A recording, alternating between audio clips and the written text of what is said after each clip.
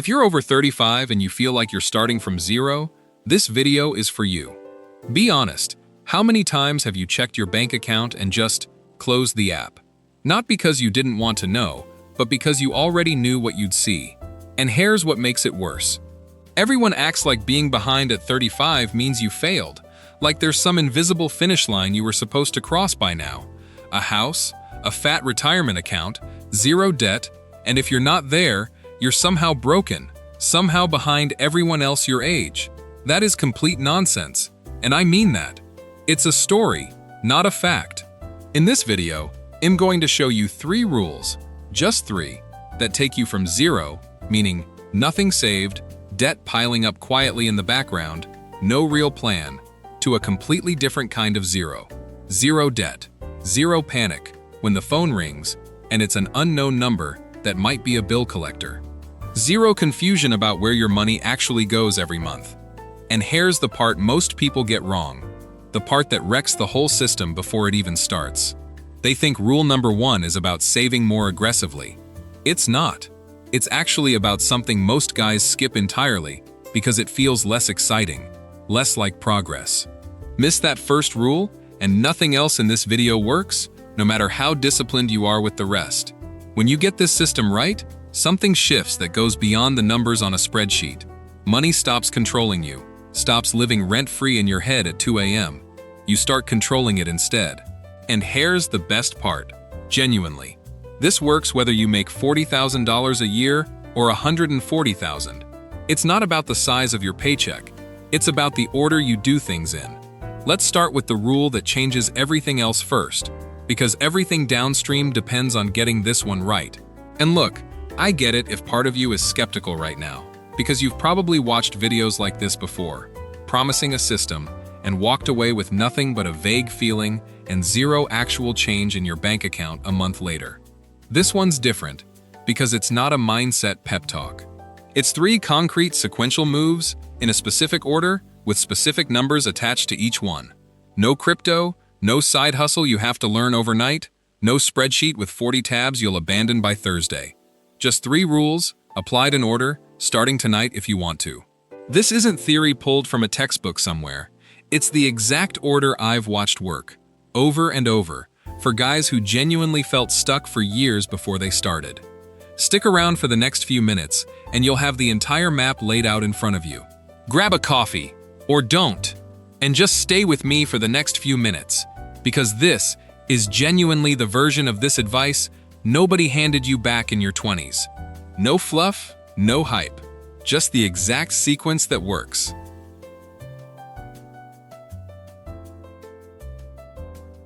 Let's deal with the age thing first, because it's sitting in the back of your mind right now, isn't it? Even while you're watching this.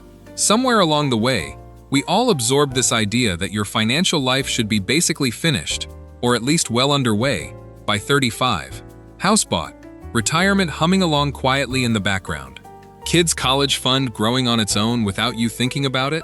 And when reality doesn't match that picture, it doesn't just feel disappointing, it feels like a verdict. Like you're late to a race nobody actually explained the rules of, and everyone else got a head start you never got. Here is the truth nobody says out loud, and it's worth sitting with for a second. That timeline was never based on your life specifically. It came from a handful of decades where wages, housing costs, and inflation happened to line up in a way that made an early payoff genuinely realistic for a lot of people. That world, largely, is gone. Rent alone eats a bigger slice of income now than it did for your parents at your exact age. Wages didn't keep pace with housing or with basic living costs, and yet the old expectations stuck around anyway, like a ghost story nobody bothered to update for the actual economy we're living in. So when you feel behind, understand this clearly. You're not behind some personal deadline you failed to hit. You're behind a myth, a number that doesn't actually correspond to your city, your industry, or your paycheck. What actually matters isn't the age printed on your driver's license. It's the direction your money is moving right now, today, this week. Going the wrong direction at 25 is not, in any meaningful sense, better than going the right direction at 45. Momentum beats timing every single time, in almost every area of life, and money is no exception. 35 isn't a deadline. It's just a Tuesday with more life experience sitting behind it than you had 10 years ago. And that experience, the mistakes you already made and already paid for, the lessons that cost you real money to learn, that's an advantage nobody in their 20s actually has yet, no matter how confident they sound online. You're not late to anything. You're loaded with information they simply don't have yet. And that matters more than a head start. Think about your own parents or grandparents for a second. Honestly, a lot of them bought a starter home on a single income in their mid-20s, something that's simply not the reality in most cities today, no matter how hard someone works or how many hours they put in. That's not a personal failure on your part. That's an entirely different economy than the one you're actually operating in right now. Holding yourself to a scoreboard from a different game just isn't fair to you, and it isn't useful either. It just generates shame with no actual payoff. So let that pressure go, just for the length of this video. You're not competing against an imaginary version of yourself who supposedly had it all figured out by now. You're simply working with the numbers and the years you actually have left in front of you, starting today. Let that sink in for a second before we move forward into the actual framework, because the rest of this video builds directly on top of that one shift in perspective.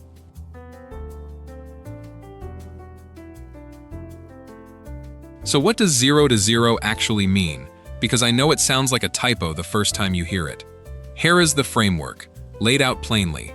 The first 0 is where a lot of people over 35 quietly live. And I mean quietly, because nobody posts about this part online. 0 savings, 0 real cushion. Sometimes negative, once you actually count the credit cards honestly. That's 0 as in nothing, as in an empty tank with the warning light on. The second 0 is the destination, and it's a completely different animal from the first one, even though the number looks the same on paper.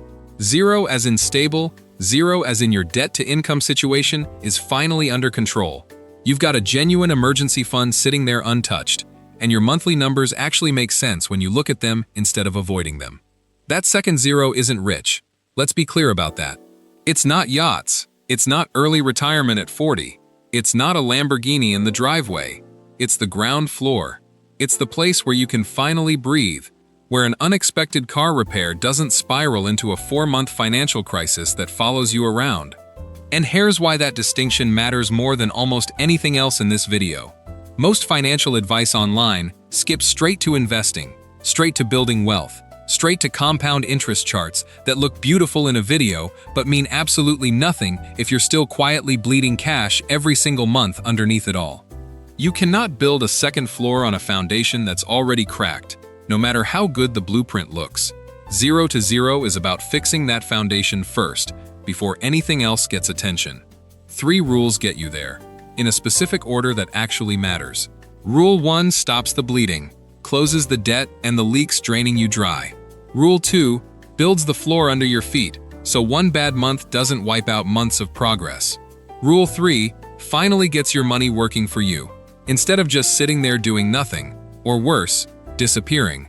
Do them in that order. Skip a step, or try to shortcut it, and the whole system wobbles, sometimes collapses entirely. This isn't about becoming rich by Friday, and I want to be honest about that up front. It's about never feeling that particular kind of dread again. The specific one where you're doing anxious math in your head at 2 a.m., staring at the ceiling instead of sleeping. Here is a simple way to check which 0 you're currently living in, right now, no judgment attached. Add up every dollar of debt you're carrying, credit cards, personal loans, anything beyond a mortgage or reasonable car loan. Then look at your savings, genuinely liquid savings, not retirement accounts you can't touch without penalties.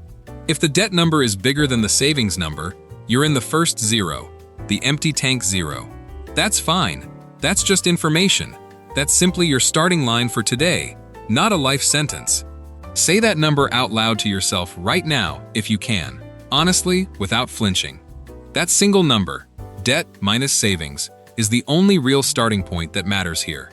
Everything else in this video is simply about moving that number in the right direction, one deliberate step at a time. Keep that number in mind as we walk through the 3 rules, because you'll come back to it again near the end of this video to measure real progress. Keep it close. We will use it again before this video ends.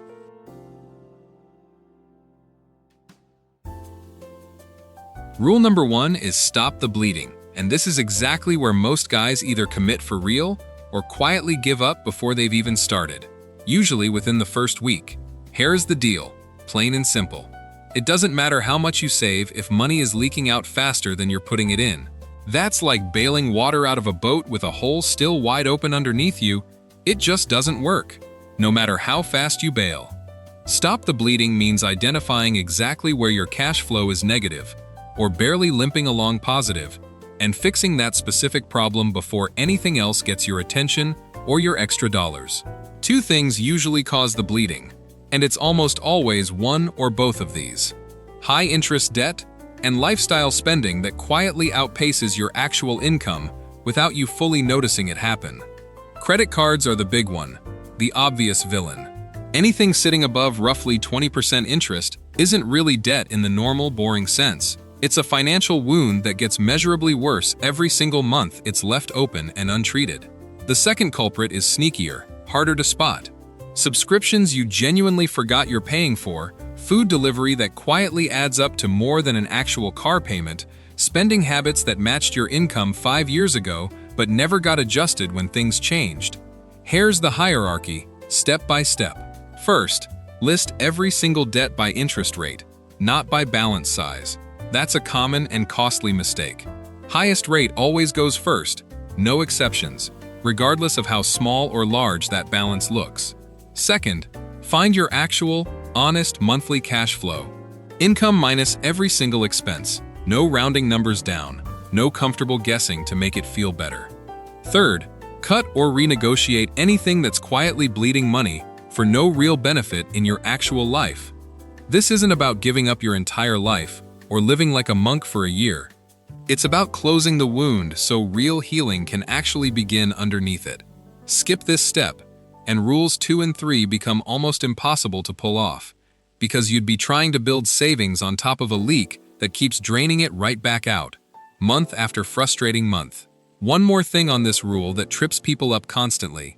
Stopping the bleeding does not mean cutting every single joy out of your life at once.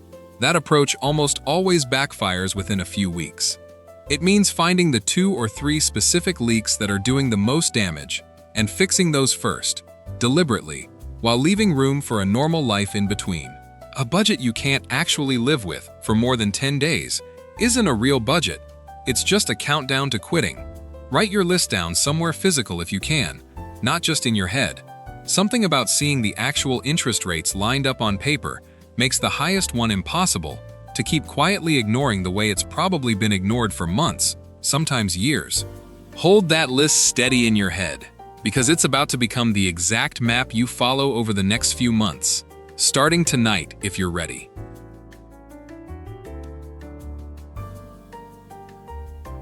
Let me tell you about Daniel, 41, works in logistics just outside Columbus, Ohio. He came to me frustrated, genuinely frustrated, because he felt like he was working constantly, putting in real hours, and somehow still going backwards financially every single month. Turns out he had 3 separate credit cards, a decent stable income, but he was only ever paying the minimums on all 3, and he had 2 different delivery apps he used almost daily without really tracking any of it closely. We didn't touch his income at all in this process, not one extra shift, not one side hustle. We just found the bleeding first. First move, he listed every card by interest rate, not balance. One card was sitting at 26% interest, an ugly number when you actually say it out loud. That one got attacked first, with every single spare dollar he could find, while the other 2 got minimum payments only, on purpose, for now. Second move, he tracked every dollar of spending for exactly 1 month, no changes yet, just honest tracking, with no judgment. The number stared back at him from the screen, $420 a month on delivery apps alone. He hadn't actually cooked dinner at home more than 6 times in that entire month, which genuinely surprised him when he saw it written down. Third move, and this part matters, he didn't quit delivery apps cold turkey, because that approach almost never sticks for anyone. He capped it instead. Twice a week, cash only, no cards saved on file anywhere. Within 90 days, the highest interest card was completely gone. Within 6 months, all 3 cards were fully paid off, balance zero across the board. His income never changed during any of this. Not one extra dollar coming in from anywhere. The bleeding simply stopped, and that alone changed everything. And here's what he told me afterward, almost word for word. He said it wasn't the extra money sitting in his account that felt different, it was that pit in the stomach feeling checking his balance used to give him. That feeling was just gone, completely gone. That's Rule 1 actually working in real life. Not glamorous, not exciting content for social media, just the wound closing, slowly, steadily. If you take away nothing else from this entire video, take this single point.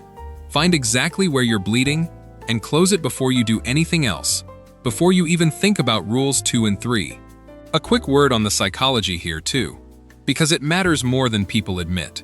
Watching that highest interest card balance actually drop for the first time in years does something to your motivation that no spreadsheet projection ever will. It's proof, tangible proof, that the direction changed.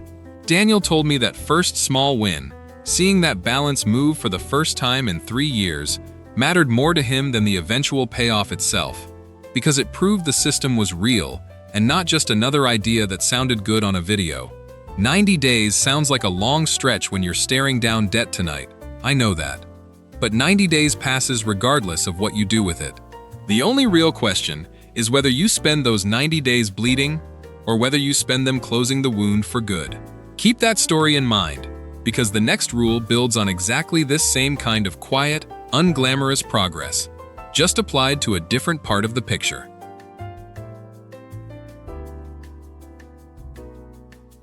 Rule number 2 is build the floor, and here's something that might genuinely surprise you the first time you really think about it. This rule determines whether every future setback in your life becomes just a bad week, or a total financial disaster that follows you for a year. Most people jump straight to investing and skip this step completely, and that's a massive, expensive mistake that trips up even smart, disciplined people. Build the floor means creating an emergency fund, a real one, sitting somewhere boring and easily accessible, not tied up in the stock market where it's exposed to swings, not sitting loosely in your everyday checking account where it quietly disappears into regular spending without you noticing.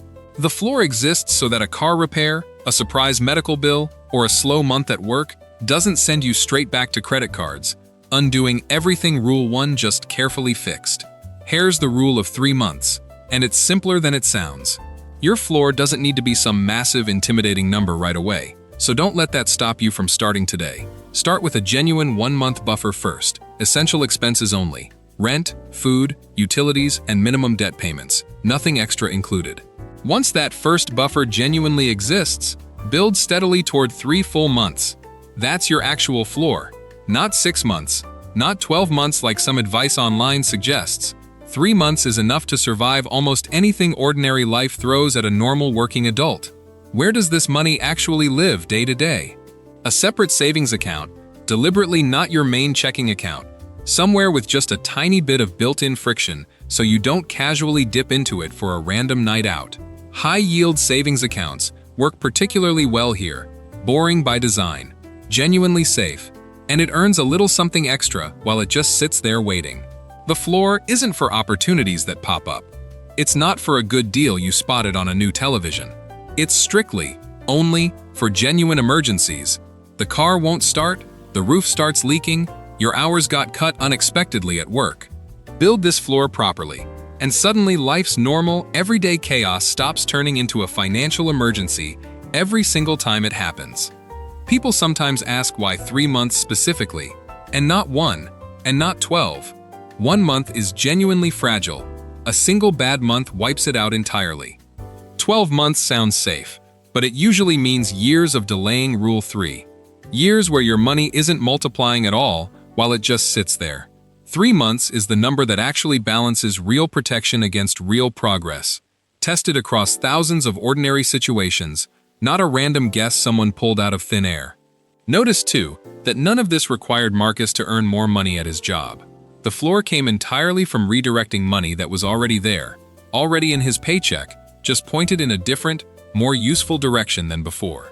That number, 3 months, is about to become the single most useful figure in your entire financial life. More useful than almost anything else we cover today. 3 months, written down, is the target to aim for this year.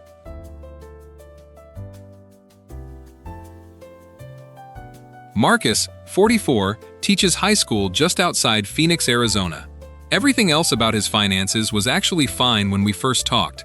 No crazy debt piling up, a decent working budget, but he had zero cushion sitting anywhere. None at all. So every single unexpected expense went straight onto a credit card by default, and he'd spend the next 2 months slowly paying that same expense back off, over and over, in a tiring loop that genuinely never seemed to end. We built his floor in careful stages, on purpose, not all at once. Month 1, he committed to a $500 starter fund. Nothing fancy or ambitious, just enough to survive one flat tire without any real panic setting in. He hit that first small goal in 6 weeks by redirecting money that used to quietly go toward impulse purchases. The exact stuff Rule 1 had already flagged for him earlier. Months 2 through 8, he automated a fixed transfer, the same amount, every single payday, moved before he could spend it on anything else first. Out of sight, and genuinely out of the spending mindset entirely, which mattered more than the amount itself. By month 9, he had just over $3,000 sitting quietly in a separate account, roughly 3 full months of his essential expenses covered. Then, the real test arrived, unannounced, like it always does. His car's transmission failed completely. $2,200 to fix it. No way around that number. Old Marcus would have put that straight on a card and spent the next year slowly digging himself back out of that hole. New Marcus paid cash directly from the floor, rebuilt that floor steadily over the following 4 months, and never touched a credit card once through the entire ordeal. He told me afterward that the transmission failing actually felt almost calm, strange as that sounds. Not fun, definitely not exciting, but genuinely calm instead of terrifying. That's the entire point of building the floor. It doesn't stop bad things from happening to you. Nothing can promise that. It stops bad things from becoming financial disasters that follow you around and haunt your budget for an entire year afterward. Marcus also told me something else worth repeating here. Once the floor existed, he stopped checking his account balance out of anxiety every single day, multiple times a day, the way he used to. He started checking it maybe once a week, out of simple curiosity instead of dread. That change alone, he said, gave him back a genuinely noticeable piece of his mental bandwidth that he hadn't even realized he was constantly spending on quiet financial worry in the background. If a $2,000 repair would currently wreck your month completely, that's not a character flaw on your part. It's simply a floor that hasn't been built yet. That's fixable, starting with the very next paycheck that lands in your account. Hold on to that feeling, because it's the entire reason this rule exists in the first place, more than the dollar amount sitting in the account itself.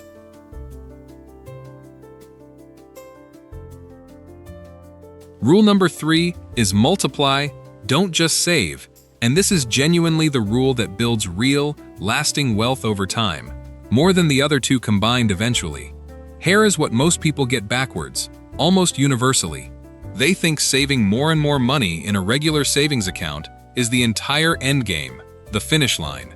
It absolutely isn't, and here's why that matters. Cash sitting still in an account loses real value every single year to inflation, quietly, invisibly, without ever showing up as a dramatic number on a statement. Multiplying means putting your money to work so it grows on its own in the background, instead of just slowly accumulating $1 at a time from your paycheck alone. This isn't about picking hot stocks or trying to cleverly time the market. Forget that idea entirely. It rarely works even for professionals who do it full-time. It's about steady consistency in the right vehicles over a long stretch of years. Retirement accounts come first, especially anything with an employer match attached to it, because that match is essentially free money, a guaranteed return that genuinely exists nowhere else in personal finance.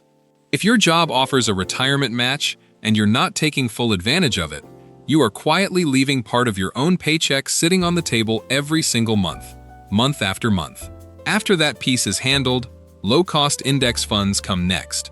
Boring by design, well-diversified, and historically, the most reliable way regular working people build real wealth over multiple decades. Not glamorous or exciting to talk about, just steady and reliable. Here is the mindset shift that honestly matters most in all of this. At 35, or even 45, you still have 20, 25, sometimes 30 full years left for compound growth to quietly do its work in the background. That is genuinely not too late. That's still a massive runway ahead of you. The earlier you start Rule 3, once your floor is solid underneath you, the more time itself does the heavy lifting instead of you having to grind for every dollar. This rule only truly works once Rules 1 and 2 are already handled properly. Investing while you're still bleeding cash, or with zero floor underneath you, is essentially building a house directly on sand, and sand shifts. Get the order right though, and this rule quietly ends up doing more work over time than the other two rules combined, working silently in the background for decades. One clarification that matters here, because people get this wrong constantly online. Multiplying doesn't mean day trading. It doesn't mean options. It doesn't mean anything you saw hyped up in a forum somewhere last week. Those are closer to gambling dressed up in financial language, and they tend to undo years of careful progress in a single bad afternoon. Rule 3 is deliberately boring on purpose.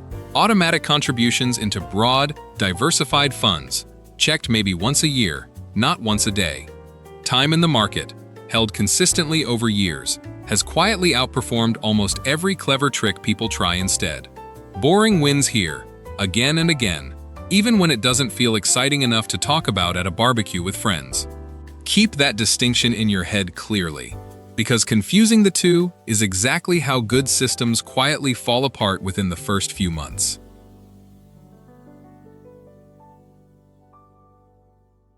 Let's talk about Kevin, 46. Runs a small hardware store just outside Portland, Oregon. By the time he found Rule 3, his debt was already completely gone, and his floor was solid, 3 full months sitting there untouched in savings, exactly as it should be.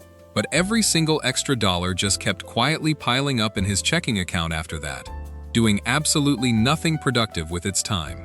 He genuinely thought investing was only for people with way more money than him, or for people who understood confusing Wall Street jargon he simply never learned growing up.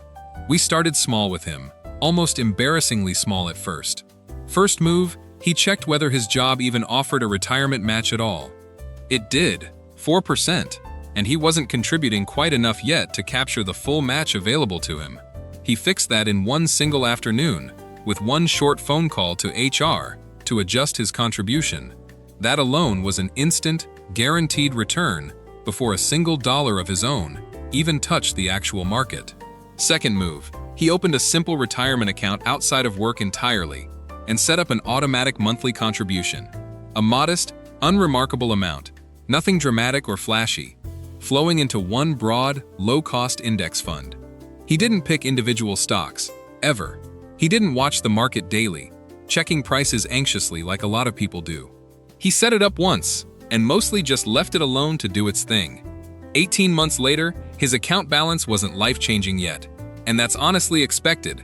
These things genuinely take real time to build momentum, but it was growing steadily on its own, without him lifting a finger every single month to make it happen. More importantly than the actual number, his entire mindset shifted along the way. Money stopped being something he just hoarded out of quiet fear, and started being something that worked quietly for him in the background while he focused on running his actual store day to day. That's Rule 3 in practice. It's not flashy, it's not overnight, it's genuinely boring most days. It's simply the difference between money that just sits there doing nothing and money that's actually out there building something meaningful over the next 20 years of your life. Kevin also mentioned something that stuck with me, worth repeating here directly. He said the hardest part wasn't the money at all. It was admitting to himself that he'd been avoiding this specific step out of quiet fear for nearly a decade, not out of any genuine lack of ability to understand it. Once he made that one phone call to HR, the actual mechanics turned out to be far simpler than the anxiety had built up around them in his own head over all those years. If your own job offers any kind of match at all, pause this video right now for 30 seconds and go check. That single unclaimed benefit sitting there is often the single fastest return available anywhere in your entire financial life. That one phone call, small as it sounds, is often the single highest value 5 minutes in this entire video. More valuable than anything else we cover. Free money on the table is still free money. Go claim it today.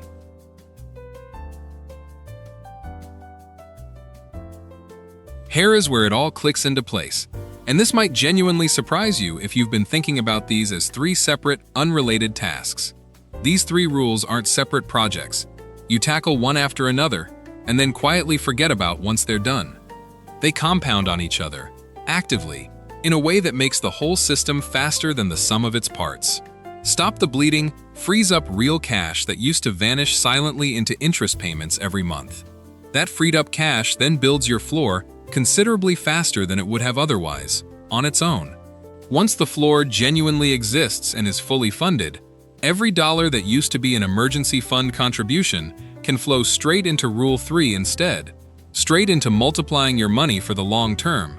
It's one connected system, not a simple checklist you cross items off of. Picture it as 3 separate gears, if that helps. The first gear, stopping the bleeding, turns slowly and a little painfully at first, honestly. But once it's genuinely turning, it powers the second gear almost automatically, without much extra effort required from you. The second gear, the floor, doesn't need to grow forever once it's moving, just to 3 solid months. And once it hits that specific mark, it hands its momentum straight over to the third gear without missing a beat. The third gear, multiplying, is the one that runs quietly for decades in the background while you actually go live your real life, raise your kids, run your business, coach your kids' baseball team. This is exactly why the order matters so much, more than people give it credit for. Try to run Gear 3 before Gear 1 is even properly moving, and you're essentially investing borrowed money, paying credit card interest on one side while hoping the market outpaces it on the other. It almost never does, not reliably, not for most people.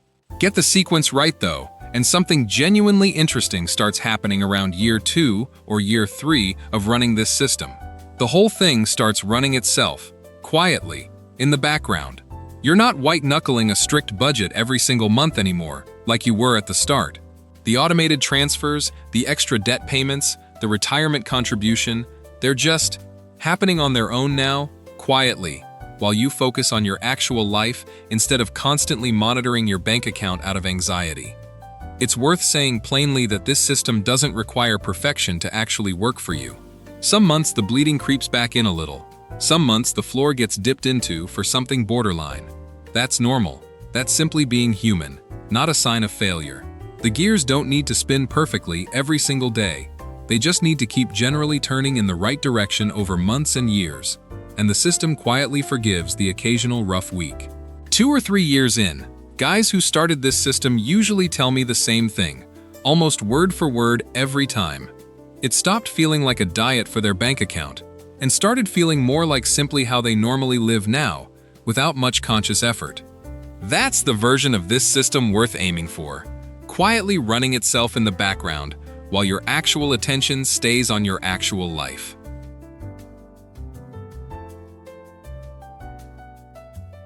Now here's the part that can genuinely undo everything you've built if you're not careful. So really pay attention to this section. There are specific mistakes that hit people over 35 particularly hard, noticeably harder than they hit someone in their 20s, simply because there's less runway left to recover from a serious setback. Mistake number 1. Lifestyle inflation the exact moment income goes up even a little. You get a raise at work, and within a month your car payment somehow gets bigger. Your dining habits quietly expand. Your subscriptions all creep up to match the new number. The raise effectively disappears into thin air, and you're right back to zero cash flow again, just sitting at a higher income level than before, which honestly feels worse in some ways. Mistake number 2. Rating the floor for things that aren't actual emergencies. A good deal on a spontaneous vacation, a big sale on new furniture, using the emergency fund simply because it's sitting there and feels available in the moment. It's not actually available for that. It's insurance, not a discount coupon you get to use whenever something looks tempting. Mistake number 3, and this particular one is sneaky, co-signing loans for someone, or lending significant money to family members without any real plan or written agreement in place, because saying no in the moment feels harder emotionally than just saying yes and dealing with it later. That single decision alone has quietly wiped out more floors and more months of hard-won progress than almost anything else on this entire list combined. Mistake number 4. Constantly comparing your specific financial timeline to someone else's curated highlight reel online, and then making panicked, reactive financial decisions purely because you suddenly feel behind after scrolling for 20 minutes. Panic decisions and genuinely good financial decisions are almost never, ever the same decision in practice. Mistake number 5. Going all in on Rule 3 before Rules 1 and 2 are actually solid underneath you. Chasing exciting investment returns while still quietly carrying high-interest debt underneath the whole structure. Watch closely for these 5 specific mistakes. They're not exotic, dramatic financial disasters you see on the news. They're everyday, ordinary decisions that quietly reset months, sometimes entire years, of real, hard-earned progress if you're not paying attention to them. To raise a 6th pattern worth naming too, closely related to the others, that deserves its own mention. Waiting for the perfect moment to start. Telling yourself you'll begin once the next raise comes through, once the holidays are over, once things settle down at work. Things rarely settle down completely on their own, and the perfect moment you're waiting for genuinely tends not to arrive on its own schedule.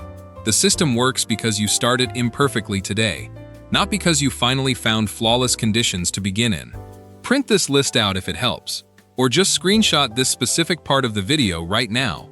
Knowing these 5 traps in advance is genuinely half the battle here, because you'll recognize the moment as it's actually happening, instead of only after the damage is already done. Keep this list somewhere you'll actually see it again, because forgetting it is exactly how the system gets rebuilt from zero for absolutely no good reason.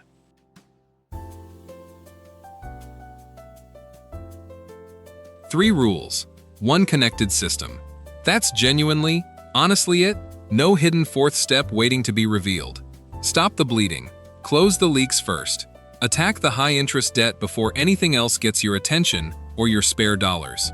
Build the floor. 3 solid months of essential expenses, sitting safe and completely separate from your everyday spending money. Multiply, don't just save. Get your money genuinely working for you through retirement accounts and simple, boring index funds, instead of just letting it sit still and quietly lose value over time. Each rule builds directly, deliberately, on the one that came right before it. You're not juggling 3 random, unrelated habits at once.